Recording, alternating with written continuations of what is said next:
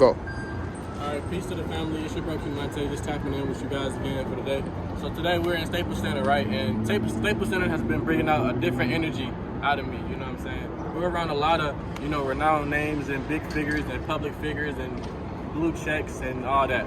So I just wanted to kind of tap into some of the guys, right? And right now I'm by Kareem, Kareem Abdul-Jabbar to be precise. And Kareem was a Muslim, if I'm not mistaken. Is. And is a Muslim, if I'm not mistaken. And what that means to be a Muslim is to submit your will to the will of Allah, right? So I want to kind of go into that a little bit and what that means to me. You know what I'm saying? A lot of people put these titles and these different, pressures on yourself to follow all these different codes and ethics and within your doctrine. But when you really break these things down to a science and get to the root of it and what it means, you know what I'm saying, it makes things a lot more easy to digest. And not only that, but it takes out a lot of spookism, you know what I'm saying. A lot of times within our religion we partake in a lot of things that is spooky and that don't make much sense, you know what I'm saying. If it don't make dollars, don't make sense. But also, if it's not mathematical, scientific, if it's not something you can prove with a theory or prove with some type of, backing behind it, then it doesn't have real substance, right?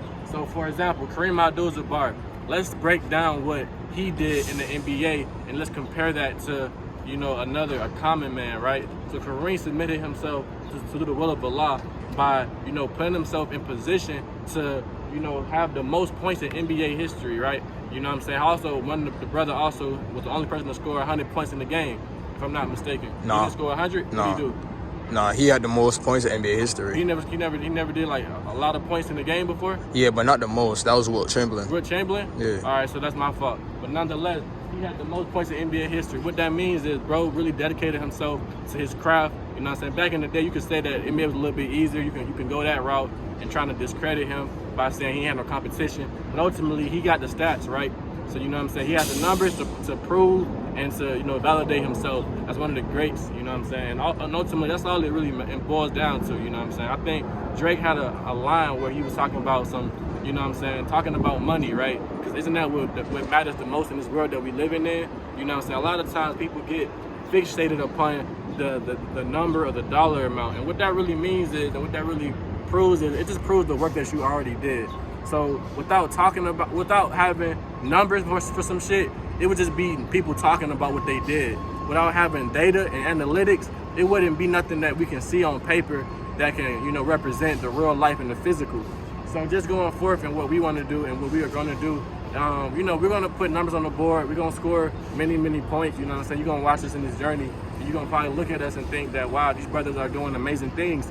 But at the same time, you know what I'm saying, it's not going to really represent what we're doing in real life because, although the data is going to look great, our lives going to always outdo the data and the charts, you know what I'm saying? I think there's a stat in the NBA, it's called PER, per. Yeah. And it shows how productive you are. Player efficiency rating. It shows how productive you are, you know what I'm saying? But it don't show everything. Somebody can have a high-ass per and be trash as fuck in the game, right? So we want to work on being, you want to work on having a good ass, in person, in reality life. And you also want to work on also having a high ass per as well, because ultimately you want to have numbers, but at the same time you want to have, an amazing life as well. So that's kind of my wisdom for today. That's what I wanted to drop on y'all. You know what I'm saying? It's your bro Q-Monte. We in Staples Center, and we just enjoying this life and enjoying it the way we how, just being ourselves.